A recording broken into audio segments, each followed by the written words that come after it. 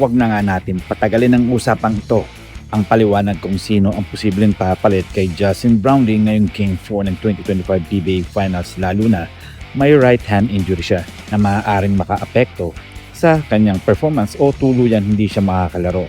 Well mga pare ko, ito ang aking pananaw. Miles Powell, Frost, isa siya sa pinaka-deadly scorer sa PBA import history.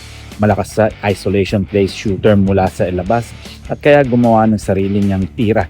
Kilala rin siyang clutch kaya swak kung kailangan ng big time scorer. Mas maliit siya kumpara kay Brownlee at hindi natural na forward kaya posibleng mahirapan sa depensa lalo na sa malalaki na TNT tulad nila Calvin Oftana at Rondae Hollis-Jefferson kung healthy si Rondae.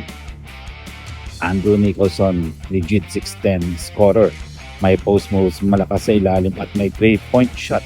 Pwede siyang tapatan si Poy Eram o Kelly Williams sa ilalim kung kailangan ng inside presence para magbukas ng shooters tulad ni LA Tenore o Jamie Malonzo. Swak siya. Hindi siya kasing versatile ni Brownlee. Hindi rin ganun kabilis sa transition defense kaya pwedeng i-target ng TNT sa fast break at pick and roll plays. Sino ang mas bagay sa Barangay Ginebra?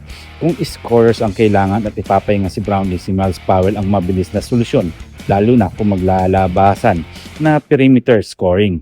Pero kung kulang sa big man ang Ginebra, dahil wala na si Stan Hardinger at injured pa si Japet Aguilar, paminsan-minsan mas makakatulong si Andrew Nicholson sa loob ng balance ang offense at defense.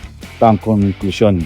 Depende sa game plan ni Coach Tim Kuhn. Kung offense first, Powell. Kung balance at may depensa, sa ilalim ni Nicholson. Well, ikaw, sino mas bet mo para sa Ginebra ngayong Game 4? Well, mga parko, para sa akin, medyo mahirapan nga ang Barangay Ginebra ngayong season na to. Dahil alam naman natin si Jefferson, all-around player to. At syempre, NBA legit to. Maraming makakatapat to at pag-aaralan talaga ni Coach Chot Reyes ang galaw ng Barangay Ginebra.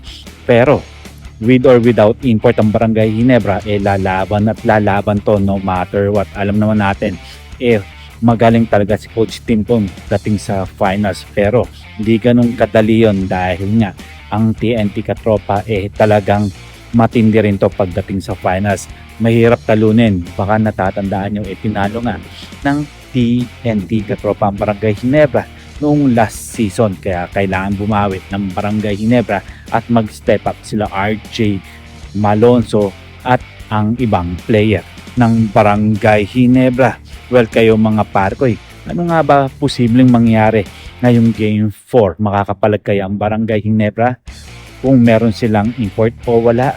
Well, sana magkomento kayo at huwag niyong kakalimutan na mag-subscribe sa aking channel para makatulong man kahit paano. Well, hanggang dito na lang tayo at huwag nating kakalimutan na mag-subscribe, mag-comment, like, and share, then please click the bell para ma-receive ninyo lahat ng aking notifications.